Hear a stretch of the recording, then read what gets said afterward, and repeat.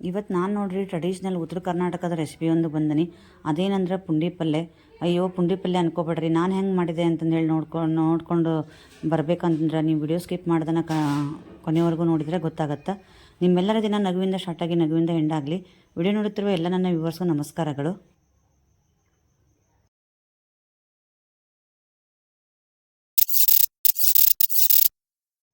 ಇಲ್ಲಿ ನಾನು ಪುಂಡಿ ಪಲ್ಯ ಚೆನ್ನಾಗಿ ಕ್ಲೀನಾಗಿ ಸೋಸ್ಕೊಂಡ್ಬಿಟ್ಟು ಅದನ್ನು ನಾನಿಲ್ಲಿ ನೀರಲ್ಲಿ ತೊಳೆಯೋಕೆ ಇಟ್ಟಿದ್ದೆ. ನಾನು ಸೋಸಿ ಒಂದು 2-3 ದಿನ ಆಗಿತ್ತು. ಹಿಂಗೆ ಏನೋ ಮಧ್ಯೆ ರಜಾ ಬಂತು, ಊರಿಗೆ ಹೋಗಿದ್ದೆ. ಅದ್ರ ಸಂಬಂಧ ನಾನು ಮಾಡೋಕ್ಕಾಗಿರಲೇ ಇಲ್ಲ. ಅದ್ರ ಸಂಬಂಧ ಅಷ್ಟೊಂದು ಫ್ರೆಶ್ಶಾಗಿ ಕಾಣ್ತಾ ಇಲ್ಲ ನಿಮಗೆ. ಬಟ್ ಫ್ರೆಶ್ಶಾಗೇ ಇತ್ತು. ನಾನು ನೀರಲ್ಲೇ ಹಾಕಿ ಇದನ್ನು ತೊಳೆಯೋಕೆ ಇಟ್ಟಿದ್ದೇನೆ. ಒಂದು 2-3 ಸಲ ನಾನು ಕ್ಲೀನಾಗಿ ವಾಶ್ ಮಾಡಿಕೊಂಡು ಈ ತೂತಿಂದು ಜರಡಿಯಲ್ಲಿ ನಾನು ನೀರು ಇಳಿಯೋಕೆ ಅಂತಂದೇಳಿ ಇಟ್ಟಿದ್ದೀನಿ. ನೀವು ಮಣ್ಣು ಹೋಗೋವರೆಗೂ ಕ್ಲೀನಾಗಿ ತೊಳ್ಕೊಂಡು ವಾಶ್ ಮಾಡಿ ಇದೇ ಥರ ಉಪ್ಪು ಗಿಪ್ಪು ಹಾಕ್ಕೊಂಡು ವಾಶ್ ಮಾಡಿದ್ರು ಒಳ್ಳೆಯದು. ಹಾಗೆ ಇಲ್ಲೊಂದು ನಾನು 5-6 ಮೆಣಸಿನ್ಕಾಯಿ ತೊಗೊಂಡಿದ್ದೀನಿ. ಇದು ಪುಂಡಿ ಪಲ್ಯ ಹುಳಿ ಆಗಿರೋದ್ರಿಂದ ಖಾರ ಉಪ್ಪು ಕರೆಕ್ಟಾಗಿ ಕಟ್ಟಾಗಿದ್ರೆ ಚೆನ್ನಾಗಾಗ್ತತಿ. ನಾನಿಲ್ಲಿ ಅಷ್ಟೊಂದು ಖಾರ ಇಲ್ಲ ಮೆಣಸಿನ್ಕಾಯಿ, ಅದ್ರ ಸಂಬಂಧ ಒಂದು 5-6 ತೊಗೊಂಡಿದ್ದೀನಿ. ನೀವು ಖಾರ ನೋಡಿಕೊಂಡು, ಖಾರ ತಿನ್ನೋದ್ರ ಮೇಲೆ ನೋಡಿಕೊಂಡು ಹಾಕ್ಕೊಳ್ರಿ. ಮತ್ತು ಇದೆಲ್ಲ ಸೊಪ್ಪನ್ನು ಒಂದು 2-3 ಸಲ ತೊಳ್ಕೊಂಡು ಎತ್ತಿಟ್ಟಿದ್ನಲ್ಲ, ಅದನ್ನು ಸೊಪ್ಪು ಇದಕ್ಕೆ ಹಾಕಿಬಿಟ್ಟು ನಾನು ಇಲ್ಲಿ ಅದು ಸೊಪ್ಪು ಮುಳುಗೋ ಅಷ್ಟು ನೀರು ಹಾಕಿ ಮತ್ತು ಇಲ್ಲಿ ಶೇಂಗಾ ಹಾಕ್ತೀನಿ. ಶೇಂಗಾ ಇದು ಹಸಿ ಶೇಂಗಾ ಇದ್ರೆ ಭಾಳ ಚೆನ್ನಾಗಾಗ್ತೈತಿ ಅಂತಂದು ಹೇಳಿ ನಮ್ಮ ಮನೆಯಾಗೆಲ್ಲ ಮಾಡ್ತಾ ಇದ್ದಾರಲ್ಲ ದೊಡ್ಡವರೆಲ್ಲ, ಆಂಟಿಯರು ಅವರೆಲ್ಲ ಹೇಳ್ತಾ ಇರ್ತಿದ್ರು. ಆದರೆ ನಾನಿಲ್ಲಿ ಒಣ ಶೇಂಗಾನೇ ಇದರಲ್ಲಿ ಹಾಕಿ ಕುದ್ದು ಬಿಡ್ತೈತಲ್ಲ ಚೆನ್ನಾಗಿ, ಸ್ವಲ್ಪ ಕುದಿಯೋವರೆಗೂ ಇಟ್ಟಿರ್ತಾವಲ್ಲ, ಅದಕ್ಕೆ ಶೇಂಗಾ ಜಾಸ್ತಿನೇ ಹಾಕ್ತೀನಿ. ನನಗೆ ಶೇಂಗಾ ಇಷ್ಟ. ಅದು ಪುಂಡಿ ಪಲ್ಯಲ್ಲಿ ಶೇಂಗಾ ಬಂತಂದ್ರೆ ಭಾಳ ಚೆನ್ನಾಗಾಗ್ತೈತಿ. ಅದ್ರ ಸಂಬಂಧ ನೋಡಿರಿ ನಾನು ಇಷ್ಟೊಂದು ಶೇಂಗಾ ಹಾಕ್ತಾಯಿದ್ದೀನಿ. ಇದನ್ನು ಇಷ್ಟೆಲ್ಲ ಹಾಕಿಬಿಟ್ಟು ಇದನ್ನು ಕುಕ್ಕರ್ ಕ್ಲೋಸ್ ಮಾಡಿ ಒಂದು 3-4 ವಿಷಲ್ ಬರಬೇಕು. ಅಂದ್ರೆ ಚೆನ್ನಾಗಿ ಸೊಪ್ಪು ಬೇಕಂತಂದ್ರೆ ಇದನ್ನು ಸ್ಮ್ಯಾಶ್ ಮಾಡಬೇಕು, ಮಸಿಬೇಕು ಅಂತಾರೆ. ಮತ್ತು ಹುಟ್ಟು ತಗೊಂಡು ನಾವು ಇದರಲ್ಲಿ ಮಸೀತಿದ್ರು. ಹಾಗಾಗಿ ಇದು ಚೆನ್ನಾಗಿ ಬೇಯಬೇಕು. ಒಂದು 3-4 ವಿಷಲ್ ಬರಬೇಕು, ಅಂದ್ರೆ ಚೆನ್ನಾಗಿ ಸ್ಮ್ಯಾಶ್ ಆಗಿ ಬೆಂದಿರ್ತೈತಿ ಸೊಪ್ಪು. ಹಾಗೆ ಈ ಕುಕ್ಕರ್ ವಿಷಲ್ ಬರೋ ಅಷ್ಟೊತ್ತಿಗೆ ನಾನಿಲ್ಲಿ ಜೋಳದ ನುಚ್ಚನ್ನು ನೆನೆ ಹಾಕೋಣ ಅಂತಂದೇಳಿ ಜೋಳದ ನುಚ್ಚನ್ನು ನೆನೆ ಹಾಕೋತಿದ್ದೀನಿ. ನಾನು ಒಂದು 2 ಸ್ಪೂನು ಜೋಳದ ನುಚ್ಚು ಹಾಕ್ಕೊತಿದ್ದೀನಿ. ಜೋಳದ ನುಚ್ಚು ಇಲ್ಲ ಅಂತಂದು ಹೇಳಿದ್ರು ಇದು ಉಪ್ಪಿಟ್ಟು ರವೆ ಅಥವಾ ಸಣ್ಣ ರವಾನು ನೀವು ಇದನ್ನು ನೆನೆ ಹಾಕೋಬೋದು. ಅದನ್ನು ಆವಾಗಲೇ ಇಮಿಡಿಯೇಟ್ ನೆನೆಸ್ಕೊಂಡು ಹಾಕೋಬೋದು. ಸಣ್ಣ ರವೆ ಬಾಂಬೆ ರವೆ ಅದೆಲ್ಲ ಬಾಂಬೆ ರವೆ ಅಷ್ಟು ಸರಿ ಹೋಗೋಲ್ಲ. ಉಪ್ಪಿಟ್ಟಿನ ರವೆ ಹಾಕ್ಕೋಬೇಕು ನೀವು ಹಾಕ್ಕೊಂಡ್ರೆ.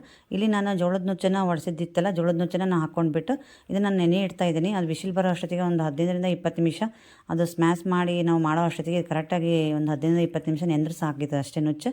ಅದರಲ್ಲಿ ಹೆಂಗಿದ್ರು ಮತ್ತೆ ನಾವು ಬೇಯಿಸ್ತಾವಲ್ಲ ಅದ್ರ ಸಂಬಂಧ. ಮತ್ತು ಇಲ್ಲಿ ಈಗ ನಾನು ನೋಡ್ರಿ ಇದು ಕುಕ್ಕರು ಚೆನ್ನಾಗಿ ವಿಷಲ್ ಬಂದಿತ್ತು. ಒಂದು 3-4 ವಿಷಲ್ ಆದಮೇಲೆ ನಾನು ಇದನ್ನು ತೆಗೆದೆ. ನೋಡ್ರಿ ಚೆನ್ನಾಗಿ ಬೆಂದಿದೆ ಪುಂಡಿ ಪಲ್ಯ. ಮತ್ತು ಪುಂಡಿ ಪಲ್ಯಲ್ಲಿ ಸಿ ವಿಟಮಿನ್ ರಿಚ್ ಇರೋದ್ರಿಂದ ಇದನ್ನು ತಿಂತಾ ಇರಬೇಕು. ಆ್ಯಕ್ಚುಲಿ ಇದು ನೀರು ಬಸಿಬಾರ್ದು, ಅದರಲ್ಲೆಲ್ಲ ವಿಟಮಿನ್ ಹೋಗುತ್ತೆ ಅಂತ ನನಗೆ ಬೇಜಾರು. ಬಟ್ ನಮ್ಮ ಮನೇಲೆಲ್ಲ ಈ ಆಂಟಿರೆಲ್ಲ ಇದೇ ಥರ ಮಾಡ್ತಾರೆ. ನಮ್ಮ ಅಮ್ಮ ಎಲ್ಲ ಏನು ಅಂತಂದ್ರೆ ನಮ್ಮ ಕಡೆ ಎಲ್ಲ ಏನು ಮಾಡ್ತಾರೆ, ಪುಂಡಿ ಪಲ್ಯ ಈ ಥರ ಮಾಡಲ್ಲ. ಎಲ್ಲ ಕಾಳುಗಳನ್ನು ಹಾಕಿ ಸೊಪ್ಪು, ಸಬ್ಬಸಿಗೆ ಸೊಪ್ಪು, ಈ ಸೊಪ್ಪು, ಪಾಲಕ್ ಸೊಪ್ಪು, ಹುಚ್ಚಿಗೆ ಸೊಪ್ಪು ಅದೆಲ್ಲ ಹಾಕಿಬಿಟ್ಟು ಅವರು ಪುಂಡಿ ಪಲ್ಯ ಮಾಡ್ತಾರೆ. ಪುಂಡಿ ಪಲ್ಯ ಮಾಡಿದ್ರಾಗ ಪುಂಡಿ ಪಲ್ಯ ಮಾಡಿವೆ ಅಂತಂದೇಳಿ ಒಂದು ರೊಟ್ಟಿ ಜಾಸ್ತಿ ತಿಂತಾರೆ ಅಂತೆಲ್ಲ ಹೇಳ್ತಾರೆ ನಮ್ಮ ಊರ ಕಡೆ ಎಲ್ಲ. ಆದರೆ ಇಲ್ಲಿ ನಾನು ಇದನ್ನು ಬಸಿತಿರಲ್ಲ ಅಂತ ಹೇಳಿದ್ರೆ ಹುಳಿ ಜಾಸ್ತಿ ಇರ್ತೈತಿ, ಅದಕ್ಕೆ ಅಮ್ಮ ಹಿಂಗೆ ಮಾಡ್ತಿದ್ರು, ನಾವು ಹಿಂಗೆ ಮಾಡ್ಕೊಂಬಂದವಿ ಅಂತಂದೇಳಿ ಹೇಳಿದ್ರು.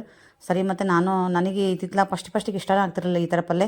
ಆಮೇಲೆ ನಾನು ತಿಂತ ಬಂದಂಗೆ ನನಗೂ ಇದು ಇಷ್ಟ ಆಯಿತು. ಸರಿ, ಮತ್ತು ನಾನು ಅವ್ರು ಮಾಡ್ದಂಗೆ ನೋಡ್ಕೊಂಡು ಮಾಡಬೇಕಲ್ಲ, ಅದು ಚೆನ್ನಾಗೇ ಅನಿಸ್ತೈತಿ ಅಂತಂದೇಳಿ ನಾನು ಹಿಂಗೆ ಮಾಡ್ತೀನಿ. ಚೆನ್ನಾಗೇ ಆಗಿರ್ತೈತಿ. ಬಟ್ ವಿಟಮಿನ್ ಸಿಗುತ್ತೋ ಇಲ್ಲೋ ಅದು ಗೊತ್ತಿಲ್ಲ ನನಗೆ. ನೀವೇನಾದರೂ ಅದು ಬಸಿಬಾರ್ದು ಅಂತಂದೇಳಿ ಕಮೆಂಟ್ ಮೂಲಕ ತಿಳಿಸಿದ್ರೆ ನಾನು ನೋಡ್ಕೊಂಡು ತಿಳ್ಕೊತೀನಿ. ಈಗ ಹಿಂಗೆ ನಾನು ಈ ಸ್ಮ್ಯಾಶರ್ ತಗೊಂಡ್ಬಿಟ್ಟು ಚೆನ್ನಾಗಿ ಸ್ಮ್ಯಾಶ್ ಮಾಡ್ತೀನಿ. ಅದು ಶೇಂಗಾ 2 ಭಾಗ 3 ಭಾಗ ಆದ್ರೆ ಸೊಪ್ಪೆಲ್ಲ ಚೆನ್ನಾಗಿ ಸ್ಮ್ಯಾಶ್ ಮಾಡಿ ಚೆನ್ನಾಗಿ ಬಂದಿರುತ್ತಲ್ಲ, ಮೆಣಸಿನ್ಕಾಯಿ ಮತ್ತು ಸೊಪ್ಪು ಎಲ್ಲ ಚೆನ್ನಾಗಿ ಸ್ಮ್ಯಾಶ್ ಆಗ್ತೈತಿ. ಇದಾದಮೇಲೆ ಇದಕ್ಕೇನು ಒಗ್ಗರಣೆ ಕೊಡೋದಂದ್ರೂ ಇಲ್ಲ, ಮಾಡಿದ್ರಿಗೆಲ್ಲ ಗೊತ್ತಿರುತ್ತೆ. ಈಗ ನಾನು ಹೇಳಿದ್ನಲ್ಲ, ಈಗ ನಮ್ಮೂರ ಕಡೆ ನಮ್ಮ ತವ್ರ ಮನೆ ಕಡೆ ಎಲ್ಲ ಈ ಥರ ಮಾಡಲ್ಲ ಅಂತ, ಆ ಥರ ಗೊತ್ತಿಲ್ಲದ್ರೆ ಪಾಪ ನೋಡಿ ಕರೀತಾರೆ ಅಂತಂದೇಳಿ ನಾನು ತೋರಿಸ್ತಾ ಇದ್ದೀನಿ. ಅಥವಾ ನಾನು ತೋರಿಸಿದ್ರಲ್ಲಿ ನೀವು ಯಾವ ಥರ ಮಾಡ್ತೀರಿ, ಅದು ರಾಂಗ್ ಇದ್ದರೆ ನನಗೆ ಕಮೆಂಟ್ ಮೂಲಕ ತಿಳಿಸ್ಬೋದು. ಈ ಥರ ಮಾಡಿದ್ರೆ ನೀವು ಈ ಥರ ಮಾಡಿರಿ ಅಂತ ಹೇಳ್ಬೋದು. ಮತ್ತು ಇದನ್ನೆಲ್ಲ ಚೆನ್ನಾಗಿ ಸ್ಮ್ಯಾಶ್ ಆದಮೇಲೆ ನಾನು ಇದನ್ನು ಮತ್ತು ನುಚ್ಚು ಅದನ್ನೆಲ್ಲ ಸೇರಿಸ್ಬಿಟ್ಟು ಮಿಕ್ಸ್ ಮಾಡಿ ನಾನು ಬೇಯಕ್ಕಿಟ್ಟು ನಂತರ ಒಂದೊಂದೇ ಉಪ್ಪು, ಅರಿಶಿನ ಪುಡಿ, ಜೀರಿಗೆ ಇದೆಲ್ಲ ಒಂದೊಂದೇ ಹಿಂಗೆ ಹಾಕೋತಾ ಹೋಗ್ತೀನಿ. ಇದು ಪುಂಡಿ ಪಲ್ಯನ ಮಾಡಿಟ್ಬಿಟ್ರೆ ಒಂದು 2-3 ದಿನ ಅಂದರೂ ಹಾಗೆ ಇಟ್ಟರು ಏನೂ ಆಗಂಗಿಲ್ಲ, ಚೆನ್ನಾಗಿ ತಿನ್ಬೋದು ಅಂತಾರೆ. ನಮ್ಮ ಮನೇಲಿ ಆ ಕಾಳು ಹಾಕಿ ಮಾಡಿದ್ರು ಕೂಡ ಅದು ಕೂಡ ಕೆಟ್ಟಿರ್ತಿರ್ಲಿಲ್ಲ. ಅದನ್ನು 2 ದಿವಸ ಎಲ್ಲ ಇಟ್ಕೊಂಡು ತಿನ್ನೋರು ಆ ಕಡೆ ಎಲ್ಲ. ಮತ್ತು ಇಲ್ಲಿನೂ ಕೂಡ ಇದನ್ನು ಪುಂಡಿ ಪಲ್ಯ 2-3 ದಿವಸ ಹಾಗೆ ಹೊರಗೆ ಇಟ್ಬಿಟ್ಟೆ ತಿಂತಾರೆ. ಹಳೇದಂಗೆ ಚೆನ್ನಾಗುತ್ತೆ ಅಂತಂದೇಳಿ. ಮತ್ತು ಇದ್ರ ಮೇಲೆ ಪುಂಡಿ ಪಲ್ಯ ಮೇಲೆ ಎಣ್ಣೆ ಹಾಕ್ಕೊಂಡು ತಿನ್ನೋ ಅಭ್ಯಾಸನೂ ಕೂಡ ಐತಿ. ಮತ್ತು ನಾಳೆ ಪುಂಡಿ ಪಲ್ಯ ನಾವು ಮಾಡಬೇಕು ಅಂತಂದ್ರೆ ಹಿಂದಿನ ದಿವಸನೂ ಮಾಡಿಟ್ಟಿರ್ತಾರೆ. ತಂಗಳದ್ದು ಪುಂಡಿ ಪಲ್ಯ ಆದರೆ ಟೇಸ್ಟ್ ಆಗ್ತೈತೆ ಅಂತಂದೇಳಿ. ಇಲ್ಲಿ ನೋಡಿರಿ ನಾನು ನುಚ್ಚು ನೆನೆ ಹಾಕಿದ್ನಲ್ಲ, ಆ ನುಚ್ಚನ್ನು ಕೂಡ ನಾನು ಇದ್ರಾಗೆ ಮಿಕ್ಸ್ ಮಾಡ್ಕೊತೀನಿ. ನಾವು ಇಲ್ಲಿ ಜೋಳದ ನುಚ್ಚು ನೆನೆ ಹಾಕಿದ್ರಿಂದ ಇದನ್ನು ನಾನು ಕರೆಕ್ಟಾಗಿ ನೆನೆ ಹಾಕ್ಕೊಂಡೆ. ಮೊದಲೆಲ್ಲ ಒಂದು ಸ್ವಲ್ಪ ಜಾಸ್ತಿ ಹಾಕ್ಕೊಂಡ್ಬಿಟ್ಟು ಎಷ್ಟು ಬೇಕಷ್ಟೇ ಹಾಕ್ಕೊಂಡ್ಬಿಟ್ಟು ಉಳಿದದ್ದೆಲ್ಲ ಬಿಟ್ಬಿಡ್ತಿದ್ವಿ. ಈಗ ಕರೆಕ್ಟಾಗಿ ನೆನೆ ಹಾಕ್ಕೊಂಡು ನಾನು ಅದನ್ನೇ ಕರೆಕ್ಟಾಗಿ ಸೇರಿಸ್ತಾ ಇದ್ದೀನಿ. ಇದು ಚೆನ್ನಾಗಿ ಇದನ್ನೇ ಮಿಕ್ಸ್ ಮಾಡಿಬಿಟ್ಟು ನಾನು ಇವಾಗ ಬೇಯಕ್ಕೆ ಇಡ್ತೀನಿ. ಇದು ನೆಂದಿರುತ್ತಲ್ಲ ಅದೇನು ಬೇಗ ಬೆಂದುಬಿಡ್ತೈತಿ. ಮತ್ತು ಇದು ಸೊಪ್ಪು ಎಲ್ಲ ಬೆಂದಿರುತ್ತಲ್ಲ ಏನು ಪ್ರಾಬ್ಲಮ್ ಇಲ್ಲ, ಒಂದು ನಿಮಿಷ 2 ನಿಮಿಷದಲ್ಲೇ ಚೆನ್ನಾಗಿ ಬೆಂದುಬಿಡ್ತೈತಿ. ಅದು ನಾವು ಪುಂಡಿ ಸೊಪ್ಪು ಹೆಲ್ತಿಗೆ ತುಂಬ ಚಲೋ, ಚೆನ್ನಾಗಿರೋದು ತಿನ್ನಬೇಕು. ರಿಚ್ ಸಿ ವಿಟಮಿನ್ ಐತಿ ಅಂತಂದೇಳಿ ನಾನು ಪುಂಡಿ ಪಲ್ಯ ರೈಸು, ಪುಂಡಿ ಪಲ್ಯ ಚಟ್ನಿ ಅದೆಲ್ಲ ಮಾಡ್ತೀನಿ. ನೀವೆಲ್ಲ ಏನೇನು ಮಾಡ್ತೀರಿ ಪುಂಡಿ ಪಲ್ಯದಿಂದ ಅಂತಂದು ಹೇಳಿ ನನಗೆ ಕಮೆಂಟ್ ಮೂಲಕ ತಿಳಿಸ್ರಿ.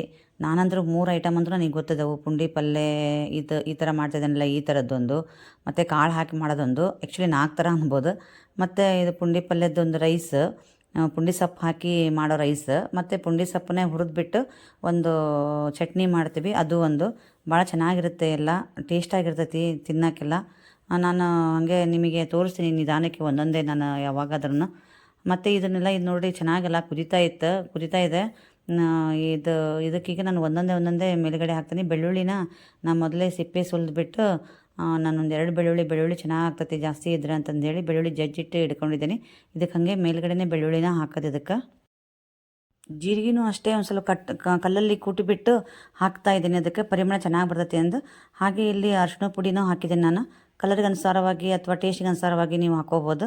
ಮತ್ತು ಹಾಗೆ ರುಚಿ ತಕ್ಕಷ್ಟು ಉಪ್ಪು. ಇಲ್ಲಿ ಹುಳಿ ಇರೋದ್ರಿಂದ ಉಪ್ಪು ಸ್ವಲ್ಪ ಚೆನ್ನಾಗೇ ಹಿಡಿತೈತಿ. ಇದು ಏನು ತೊಂದರೆ ಇಲ್ಲ, ಹಾಕೋಬೋದು ನೀವು. ಮತ್ತೆ ಬೇಕಾದ್ರೆ ಟೇಸ್ಟ್ ನೋಡ್ಕೊಂಡು ಹಾಕೋಬೋದು ಆಮೇಲೆ. ಇದು ಮತ್ತು ಸಾಲ್ಟ್. ಹಾಗೆ ಇಲ್ಲಿ ಮೇಲುಗಡೆ ಎಣ್ಣೆ ಹಾಕ್ತಾಯಿದ್ದೇನೆ ನೋಡಿರಿ. ಇದೇ ವಿಶೇಷ ಇಲ್ಲಿ. ಜೀರಿಗೆ, ಬೆಳ್ಳುಳ್ಳಿ ಮತ್ತು ಅರಿಶಿನ ಪುಡಿ, ಉಪ್ಪು ಎಲ್ಲ ಹಾಕಿದ ಮೇಲೆ ಮೇಲುಗಡೆ ಎಣ್ಣೆ ಹಾಕಿಬಿಟ್ಟು ಸ್ವಲ್ಪ ಕುದ್ದಾದ ಮೇಲೆ ಮಿಕ್ಸ್ ಮಾಡಿ ಇಟ್ಬಿಟ್ರೆ ಪುಂಡಿ ಪಲ್ಯ ರೆಡಿ ನೋಡಿರಿ. ಈ ವಿಡಿಯೋ ನಿಮಗೆ ಸ್ವಲ್ಪನಾದರೂ ಇಷ್ಟ ಆಯ್ತಂದ್ರೆ, ಯಾವ್ದಾರ ಕಾರಣಕ್ಕೆ ಅಥವಾ ಯಾವ್ದಾರ ರಾಂಗ್ ಮಾಡಿದ್ದಕ್ಕೆ ನಿಮಗೆ ಏನಾದ್ರೂ ಅನಿಸ್ಬೇಕು ಅಂತ ಹೇಳಬೇಕಂತ ಅನಿಸಿದ್ರೆ ಪ್ಲೀಸ್ ಕಮೆಂಟ್ ಮೂಲಕ ನೀವು ಕಮೆಂಟ್ ಮಾಡ್ಬೋದು. ಹಾಗೆ ಲೈಕ್ ಮಾಡಿ ಮತ್ತು ನಿಮ್ಮ ಫ್ರೆಂಡ್ಸ್ಗೆಲ್ಲ ಶೇರ್ ಮಾಡಿ, ಹೇಗಿತ್ತು ಪುಂಡಿ ಪಲ್ಯ ಹೇಗೆ ಮಾಡ್ಬೋದು ಅಂತಂದೇಳಿ. ನನ್ನ ಚಾನಲ್ ಇನ್ನೂ ಸಬ್ಸ್ಕ್ರೈಬ್ ಆಗಿಲ್ಲ ಅಂದರೆ ಪ್ಲೀಸ್ ಸಬ್ಸ್ಕ್ರೈಬ್ ಆಗೋದನ್ನು ಮರಿಬೇಡಿ. ಹಾಗೆ ನಾನು ಏನು ಮಾಡಿದೆ ಪುಂಡಿ ಪಲ್ಯಕ್ಕೆ ನಾನು ಜೊತೆಗೆ ಕ್ಯಾಪ್ಸಿಕಮ್ ಗ್ರೇವಿ ಪಲ್ಯ ಅಂದ್ರೆ ಕ್ಯಾಪ್ಸಿಕಮ್ ದೊಣ್ಣಗಾಯಿ ಎಣ್ಗಾಯಿ ಅನ್ಬೋದು, ಕ್ಯಾಪ್ಸಿಕಮ್ ಎಣ್ಗಾಯಿ ಆ ಪಲ್ಯ ಮಾಡಿದ್ದೆ. ಬಿಸಿ ರೊಟ್ಟಿ ಜೊತೆಗೆ ಇದು ಪುಂಡಿ ಪಲ್ಯ, ಹಾಗೆ ಕ್ಯಾಪ್ಸಿಕಮ್ ಪಲ್ಯ. ಮತ್ತು ನಾವು ಶೇಂಗಾನ ಹುರಿದ್ಬಿಟ್ಟು ರೊಟ್ಟಿ ಜೊತೆ ತಿನ್ನೋ ಅಭ್ಯಾಸ ಎಲ್ಲ ಐತಿ. ಮತ್ತು ಈಗ ಪುಂಡಿ ಪಲ್ಯ ಇತ್ತು ಅಂದರೆ ಅದ್ರ ಜೊತೆ ಶೇಂಗಾ ಬರೋದಲ್ದೇ ಮತ್ತು ಜೊತೆ ಶೇಂಗಾ ಇದ್ರೂ ಚೆನ್ನಾಗತ್ತೆ ಅಂತ ಒಂದು ಸ್ವಲ್ಪ ಶೇಂಗಾನೂ ಹುರಿದಿಟ್ಟಿದ್ದೆ. ಅದೆಲ್ಲ ಹಚ್ಕೊಂಡ್ಬಿಟ್ಟು ನಾವೆಲ್ಲ ಆ್ಯಕ್ಚುಲಿ ಊಟ ಮಾಡಿದ್ವಿ. ಚೆನ್ನಾಗಿತ್ತು, ಭಾಳ ಟೇಸ್ಟಾಗಿತ್ತು. ನೀವು ಒಂದು ಸಲ ಟ್ರೈ ಮಾಡಿ, ಹೇಗಿತ್ತು ಅಂತಲೇ ನನಗೆ ಕಮೆಂಟ್ ಮೂಲಕ ತಿಳಿಸೋದನ್ನು ಮರಿಬೇಡಿ. ಈ ಪುಂಡಿ ಪಲ್ಯ ರೆಡಿ ಆದಮೇಲೆ ನೋಡಿರಿ, ಇದಕ್ಕೆ ಮತ್ತೆ ಹಿಂಗೆ ಎಣ್ಣೆ ಹಾಕ್ಕೊಂಡು ತಿಂತಾರೆ ಈಗ ನಮ್ಮ ಕಡೆ ಎಲ್ಲ. ಉತ್ತರ ಕರ್ನಾಟಕದಾಗೆಲ್ಲ ಉತ್ತರ ಕರ್ನಾಟಕದ ಸ್ಪೆಷಲ್ ಪಲ್ಯ ಹೀಗೆ. ಈ ಥರ ಇದು ಕಾಂಬಿನೇಷನ್, ಈ ಥರ ಪಲ್ಯ ಇದ್ದರೆ, ದೊಣ್ಣಗಾಯಿ ಎಣ್ಗಾಯಿ ಈ ಥರ ಪುಂಡಿ ಪಲ್ಯ ಇದ್ದರೆ 2 ಅಲ್ರಿ 4 ರೊಟ್ಟಿ ತಿಂದ್ರೂ ಸಾಕು ಅನ್ಸಂಗಿಲ್ಲ, ತಿಂತಾ ಇರಬೇಕು ಅನ್ಸುತ್ತೆ. ನಿಮಗೂ ಹಾಗೆ ಅನಿಸುತ್ತಾ? ನೀವೆಲ್ಲ ಮಾಡ್ಕೊಂಡು ಟ್ರೈ ಮಾಡಿ ನನಗೆ ನಿಜವಾಗ್ಲೂ ಹೇಳೋದನ್ನು ಮರಿಬೇಡಿ. ಎಲ್ಲರಿಗೂ ಶರಣಾರ್ಥಿಗಳು.